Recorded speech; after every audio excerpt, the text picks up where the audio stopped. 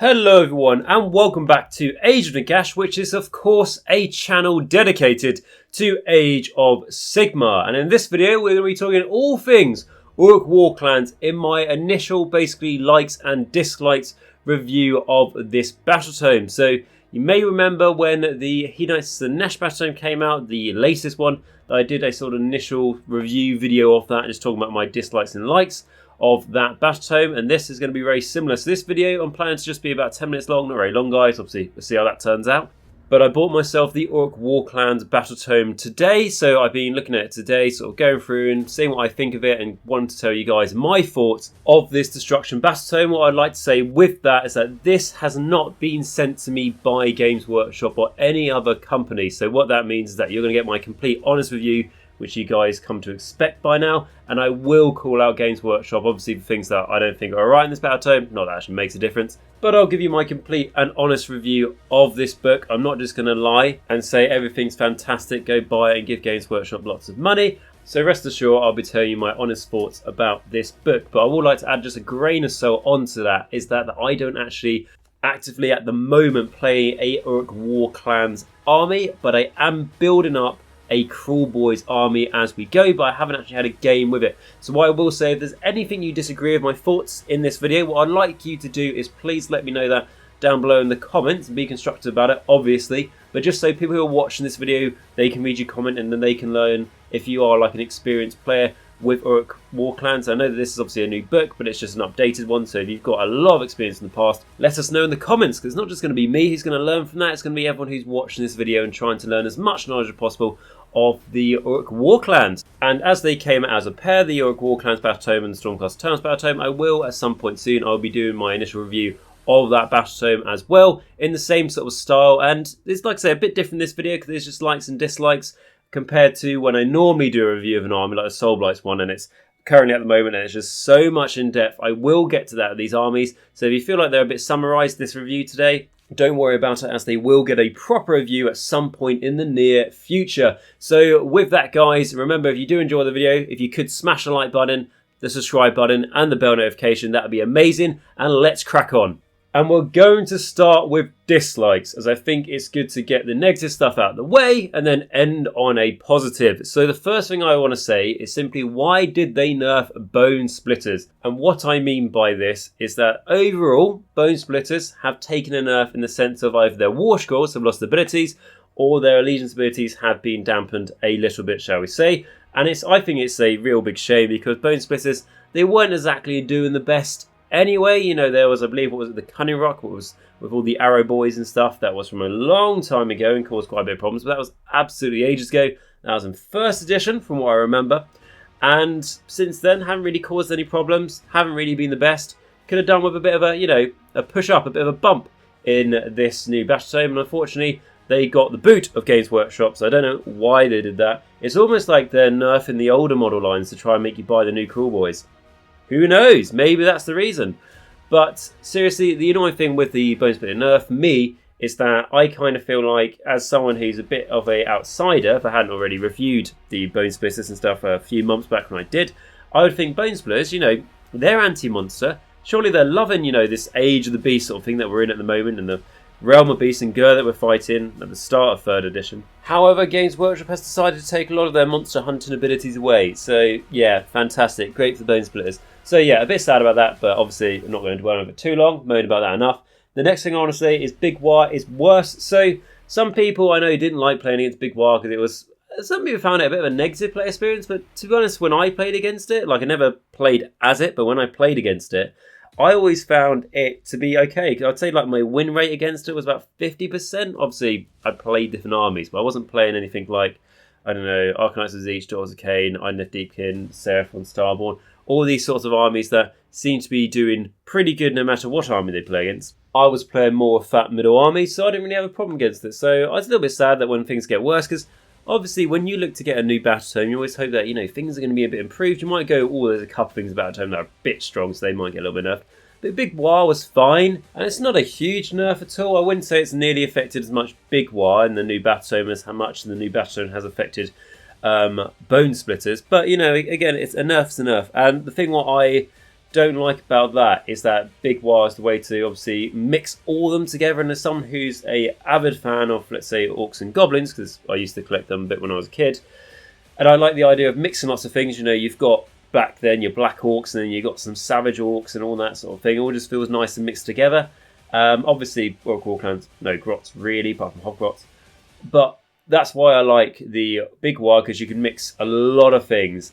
And now if playing Big War is not as good, then that makes it sad, because, you know, mixing all the things doesn't work as well. The other thing I like to say as well is that I might be wrong on this, it might just be how I read it, but I don't think you can bring in like the old sort of like orcs and goblin units that you could do technically in a Big War of the last Battle Tome. And obviously it's not really a huge surprise to me that Games Workshop's catching up to make sure you can't play those models from those older armies, which again, obviously is not really a big deal, but for me, nostalgia purposes, really like those old sort of models, like say like an Orc Warboss and Wyvern, those sort of things. You can't really play with them anymore. And that's how I read it. If I'm wrong, let me know down in the comments. That's fantastic news. But from what I can read, I don't think you can. So again, not surprised. You know, Games Workshop catching up. Make sure you can't play those older models, but it's still a bit sad, really, because you know it's less models to play with at the end of the day, and people have got those collections. I do feel a bit sorry for them. Okay, and then the next thing I want to say is that they missed a opportunity for Cragness. So I do think Games Workshop really missed a chance here to make Cragness really who they're trying to sell him to be, like this leader of the war. You know, again, apologies about how war is pronounced, don't care. But they missed this opportunity for him to lead all the orcs in the terms when it reflects into his rules, because he doesn't really have anything bar one thing that I believe is adding to bravery for destruction units nearby him, something like that. There's nothing else that adds synergy to the rest of the army as far as I can read, which is a bit like, you know, he's already pretty expensive at his points anyway. Not saying he's not worth it, you know, the guy's got a 2-up save, but yeah, it's pretty expensive, 720 points for years. So I would have really liked him to have been this really, like, not really inspiring, because, you know, you think inspiring for these brutes being orcs, you think that's quite not really the way, but effectively having a living deity on the board to lead them, you think it would make them, I don't know, have an extra attack here or something like that, but it doesn't. So that's a little bit sad for me. I think Games Workshop should have sorted that out. And then I'd also say that none of the battalions can include monsters. And again, this sounded really, really nitpicking, but again, there's more likes in this battle tome I have than dislikes. So I had to fill out this list, right? So what do I mean by this? So the 3 battalions you get, and when I mean battalions, I mean the 3 core battalions you get in this battle tome. 1 for the Cruel Boys, 1 for the Iron Jaws, and 1 for the Bone Splitters. None of them can include any monsters. And again, Bone Splitters, not really too much of a problem there. They don't exactly have a whole load of choice of monsters. But for, like, lots of monsters, obviously, for the Cruel Boys, obviously the Iron Jaws love a Maw Crusher. It's a shame they don't fit into the battalions that they offered. But then again, obviously there are basically pure monster battalions if you would like to go that way, or other battalions you could try and fit around from the core rules or the Gentleman's Handbook 2021, which is absolutely fair enough. And it's, again, a little bit nitpicky, but I would have liked them to have had, you know, monster ones. These are Orruks, you know, this is the Age of the Beast, and it's basically the Age of the Beast because of Cragness who's in this book. So a little bit sad, but here we are. And then the last thing I'd like to say, and this is kind of going back to what I said about the Big One, when I was sad about that, is that I would have liked more synergy between the different Orruks. So when I mean different Orruks, I mean Iron Jaws, Cruel Boys, and Bone Splitters. Now, again, am I surprised that there's not more synergy in between them? No, I'm not surprised. This was just a wish list and I didn't think it would happen. But what I meant, it was like, for example, a Bone Splitter hero that has a command ability that benefits Iron Jaws as well, or Cruel Boys, or vice versa. Again, didn't think that was going to happen, but it would have just been nice to make you feel like it encouraged you to mix it more in the Big War. But I know the Big War gives you additional bonuses that encourage the mixing. So again, not essential, but I would have liked to have seen it. It's the same in any of the armies. Like, I would like more synergy in Ogre Maw tribes when you're mixing your Gutbusters and your Beastclaw Raiders. And there's many other armies out there that have that same problem that I feel. But then again, many people might not think that's a problem. But it's just one of the things that I think personally. And then going on to the much better part of this video, which is the likes. So, first thing I want to say is that the narrative I find really cool, and I found it really quite interesting. Again, haven't actually read all the narrative at this point, but what I have read I have generally quite liked. And especially, obviously, there's a lot of addition of the Cruel Boys. They are the new guys in this battle tome, in this army, so a lot of it is going to be reflected on themselves. And I feel like we covered quite a bit of lore when we did all the news videos for the Cruel Boys, but I will be doing lore videos, obviously, for this army, like I said, in the future, so don't worry about that. And also, don't want the bits I have read, I don't really want to spoil for you guys, but I'm just going to say I enjoyed it very much so far. And then going on to the next thing I want to say is that nice to see that there are Warshgod battalions are still a thing for narrative play, because the way how I'm playing a lot more these days is I'm still playing, match play as well, but my personal game is definitely a lot more narrative play now. I've been to the tournament, I've done that for quite a few years, and now I definitely want to switch to a more sort of narrative side, and that's something I've already mentioned on the channel before. Obviously, in terms of my content, I'm still making match play content, mainly for you guys, so don't worry about that, but I'm just talking about my own personal games, as I generally find that more fun to play. I don't have to worry about too much about, if I want to bring this unit, it's not really kind of the best thing to spend 200 points on in a list. That unit's cool, I enjoyed painting it, I spent a lot of time painting it, I want to put it on the table, right? So that's the sort of reason why I've gone more narrative play now, and to be honest, I'm enjoying it a lot more. So when it comes to those Warshgod battalions, they are only still legal, I believe, in narrative and open play, which is a weird thing to say that they're still legal in those, because to be honest, in narrative open play you can kind of play however the fuck you want, so it doesn't really matter too much whatever Games Workshop says on that. But I like it that they're still there and they're included. There's not many of them, I think there's 3, but it's still nice that there's something there. And as this is the first Battle Tome I have read for 3rd edition, actually coming out there, because we only have 2 at the moment, that and the Stormcast one. This is a nice sign for me to see that when I open the Stormcast Battle Tome, which I have bought as well, that there should be battalions for them as well in that, for Warshgod battalions, and then every other army going forward, which is a nice thing that I was happy to read, and I didn't actually really expect to see in there, so I was happy about that. And then keeping with the narrative side, I am very happy to see the Path to Glory rules. So we did know that Path to Glory rules would be in this Battle Tome, and again there's in the Stormcast Battle Tome as well, and every army going forward, and they even did things like, for example, Slaves of Darkness this month in September, they got an addition for their Slaves to Darkness Path to Glory rules. They basically got a bit of a boost because obviously they're just using generic ones like most armies are from the core rulebook. And it was nice to read through the Orruk Warclans ones, because to be honest, that's something I definitely want to do. I will be starting a Path to Glory campaign at some point soon when work gets a little bit less busy. And it's something I'm definitely looking forward to, and it's just nice because as much as the core rule, Path to Glory rules for that within that book, are good, I can see that, there's only, I think, 8 missions or something, so you'll eventually run out. So it's nice that if I want to do my Cruel Boys as an example, if I want to build and paint them up and get them to a size where I can take them Path to Glory, which doesn't have to be much, could start at 600 points, I know that I've got certain missions set for me and everything else, so it just feels nice and thematic, because that's what all Path to Glory is about, having your thematic campaign. So yes, I'm very glad to see that. And it's a nice little blueprint of what we could see going forward, because I'll be honest with you guys, as much as I'm saying I like the narrative side, when we looked at the Path to Glory rules for, let's say, the Legions of Nagash Battle Tome, or the Ogre Moor Tribe Battle Tome, or the Seraphon Battle Tome, or every single Battle Tome before, it was always in an awkward place in the Battle Tome, which it still is in that awkward place where it's a little bit, it feels in between match play rules, right in the middle there.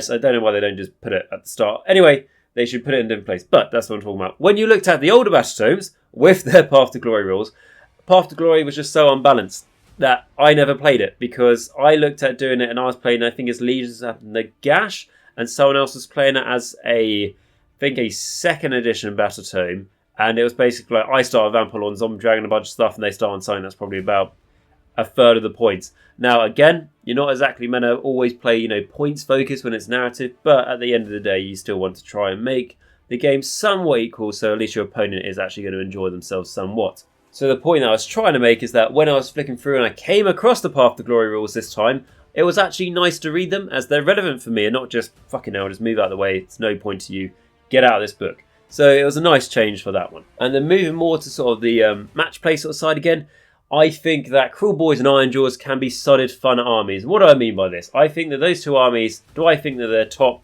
broken armies, overpowered beyond belief, and they're going to be joining some of those other armies up there? No.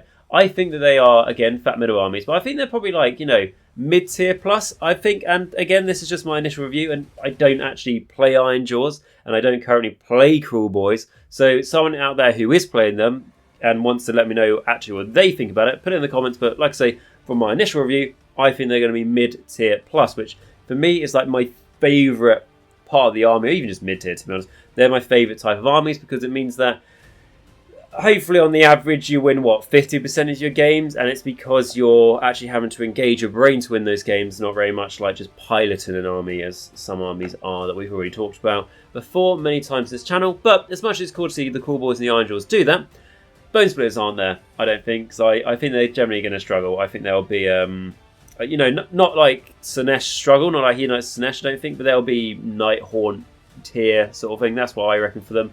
Blazercorn, Sylvaneth, that sort of thing. Then the next thing I want to say is that you get grand strategies, battle tactics, and core battalions specifically tailored to the Orruk Warclans. Now, I don't really want to talk about this much because we knew that this was going to be in the Battletome as well.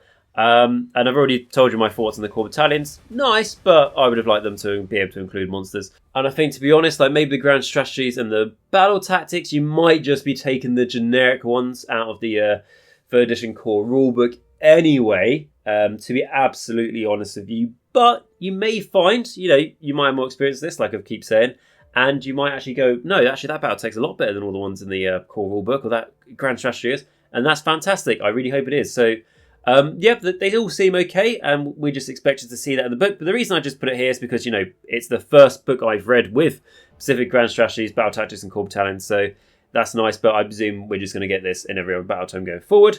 And then the next thing I want to say is that it is actually a book with 4 different allegiances, because if you are brand new to this, Orruk Warclans is not an allegiance. And what that means is Orruk Warclans is basically not an army. But what it is, it's a book. And within this book are 4 different allegiances, which are 4 different armies. And within each one of those, well, Big War is its own thing. But the Iron Jaws, Bone Splitters, and Cruel Boys all have 3 different sub-allegiances.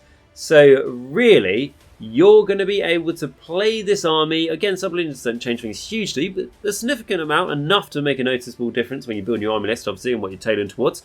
But it means that you're going to have, 10 different ways to play the army when it comes to building your allegiances / sub-allegiances, which is good, but it's not exactly like Slaves of Darkness, where you basically have lots of different ways to pick your, your Chaos Mark, and then that changes the army quite a bit, but you're all using the same models. In this is 4 different allegiances, and only sort of 2 of them mix, because you've got, whatever Orruk sort of army you want to go for, be it Cruel Boys, Bone Splitters, or Iron Jaws, and then you've got the Big War, where you can mix that stuff. But obviously the Bone Splitters, the Iron Jaws, and the Cruel Boys don't share the same models, so it's not like it's a really cheap sort of army. In that terms, that wow, it's got 4 different allegiances, doesn't necessarily make it cheap. But what it does mean is that this book is fantastic value. Not the army, but the book, or the armies I should say. The Battletome, or £25 I believe it cost, and that is something that is absolutely amazing, and you're going to get your money's worth. And on that term of things, this is also one of the first Battletomes, be it 3rd edition, that you get a code for the AOS apps. What does that mean? You get a code that means you can kind of basically import your Battletome over onto the app. I think the 40k app did it when it worked, kind of. And that's what the Age of Sigmar one does, so you can get access to extra rules and everything else. Obviously, this ties into Warhammer Plus, and I don't really want to get loads into that, but basically, because obviously it's split the community a little bit, I'm not a fan of Warhammer Plus because I'm not really a fan of what Games Workshop is doing, and they're just like their business style, to be completely honest with you. And that's why I don't subscribe to Warhammer Plus. And the app is currently free at the moment. So, it's on beta. It's currently free. So if you don't want to sign up either, you can do that. But if you do want to sign up to Warhammer Plus, absolutely fair enough. You can do what you would like to. But what I will say is, as much as I criticise Games Workshop and everything else, I'd say I think the app's pretty damn good. I haven't had any problems with it at all. I think the layout of it is better than the old Age of Sigmar app. And I'm a big fan. And at the moment, practically get access to all the rules. Every time I'm trying to look at a spell from a spell lore, let's say from the Soulblight Grave Lords and the Law of the Death Mages, it tells me what the spell does. On the app, I'm not having to flick back to the book. So I'm a big fan of the new app, so I definitely recommend you guys download it and give it a go. At the end of the day, it is currently free, so make the most use of it. And with that, guys, that's going to bring us to the end of this video. So I said, hopefully about 10 minutes. This video's gone on for, nearly 20 minutes, so you'll forgive me for that. And the Stormcast one, probably about the same sort of time. Again, it's a much bigger book, but because this is just summaries, dislikes and likes, which I think is a nice way to do this, because you get so many, basically, army reviews, what I think are kind of exactly the same for when a Battletome comes out. I'd much rather just do a quick thing like this, and then eventually when I get around to it and it gets voted in by you guys, basically I'll do that long in-depth army review, which again is different to the sort of norm as well. So you get both sort of good sides with this sort of layout. I think, again, you got any constructive feedback with that, let me know in the comments down below and I'll learn from it. And what I'd like to hear as well in the comments is, like I've always said throughout this video, is your thoughts. If you've got experience, if you've got opinions on the Orruk Warclans, put it down below, because I'm going to learn something and everyone else watching this video will hopefully learn something from your knowledge and experience with the army. And with that, guys, thank you very much for watching this video. I hope you enjoyed it. If you did, if you could do me a massive favour, smash the like button, smash the subscribe button, and smash the bell notification. 3 easy ways to massively help out the channel, and absolutely free. By liking the video, shows to me that you guys enjoy this sort of content, also shows to YouTube people like this video, and hopefully then that means that YouTube recommends it to people who don't know the channel, so it helps the channel grow. And then by smashing the like button, that's how the channel grows, because the more subscribers the channel gets, the better the content I can make for you guys, of course. And then by smashing the bell notification means that if you enjoy any of the videos I do, means you won't miss any of them. You'll get notified when I put a video up, especially how, like, I'll be doing the Stormcast one coming up soon. So if you bought the Dominion box and you've got the Stormcast and the Cruel Boys, and you want to know my thoughts on the Stormcast soon, make sure you press that bell notification and you'll find out as soon as that video goes and premieres. And then what I'd like to say is, if you know anyone who would enjoy this video as well, make sure you share it with them, as that would be a great way to sort of introduce someone new to the channel, and hopefully they'll find the video useful and helpful. And then if you would like to join the amazing community we've got down in the Age of Nagash Discord, we've got something like 350 something people in the Discord, and every single one of them is lovely. Who knows, they could be a serial killer, but I wouldn't be able to find out. But on the Discord, however, they are very, very nice. We have loads of conversations going on about talking about pretty much every army, be it lore, list building, sort of reviews on what people's thoughts when they've been playing the armies, painting, hobbying, loads of stuff. So go check that out, and a lot lately on news, because obviously we've been sending so much news on the internet these days for Warhammer. And then what I'd like to say as well is, if you would like to support the channel just that step further, I have got a Patreon and YouTube membership. So what does that mean? So if you click the join button next to the subscribe button, it'll mean you become a member here in Age of Nagash, where you can give anything from just £1 a month, or if there's a link to my Patreon on the top of the description down below, click the link, takes to my Patreon, and give anything from just $1 a month. I know that might sound really, really small, but $1, £1 straight towards the channel, it massively, it's the reason why I can keep this going, to be absolutely honest with you guys. Like I do say, the money you get from YouTube is nothing for the time you put in, shall we say, and if it was a business, it would be a constant loss. But when I see people be able to support me on a personal level, it gives me all the justification I need to keep this up. As it wasn't for these people who can give me a huge amount of support in this way, I wouldn't be doing this, and you wouldn't be hearing me talking right now and my ranting about Games Workshop, what, 10 minutes ago. So if you do like that stuff, if you could support me that way, that'd be amazing. As much as you can give would be great, but obviously, you know, just $1, £1, it would be absolutely fantastic. And the people who made that amazing decision are going to be my YouTube members and my patrons, who the biggest support is going to be Filq. And Filq knows who he is. He's a vampire lord and zombie dragon. He's doing an absolutely amazing job, giving a huge, unbelievable amount of support to the channel. So thank you so much for that, Filq. Hope you're doing well, and please keep up. It makes a huge difference. And then going on to my Morgasts, who give a massive support to the channel as well, is going to be Bleed Red, Necropolis, and Edward P. Thank you guys so much for giving a continuing amount of huge support there. I know some of you guys have been doing it for quite a long time now, so really, really is nice and never gets underappreciated. Really, really is kind and generous of you. And then my vampires, who always say is the core that keeps me going, and that's going to be Ben C, Rouse321, David A, Dragoonity, Ronni H, Darren L, SpareBear, Christopher H, Northdrop, Nathan F, Andrew G, Tom W, Wiggy Whooty, Nathan S, and Carl W. Thank you all so much for your continued support, and again, it really just amount you're giving to the channel, so thank you for keeping it up. It really does make a huge difference, and like I say, it keeps me going.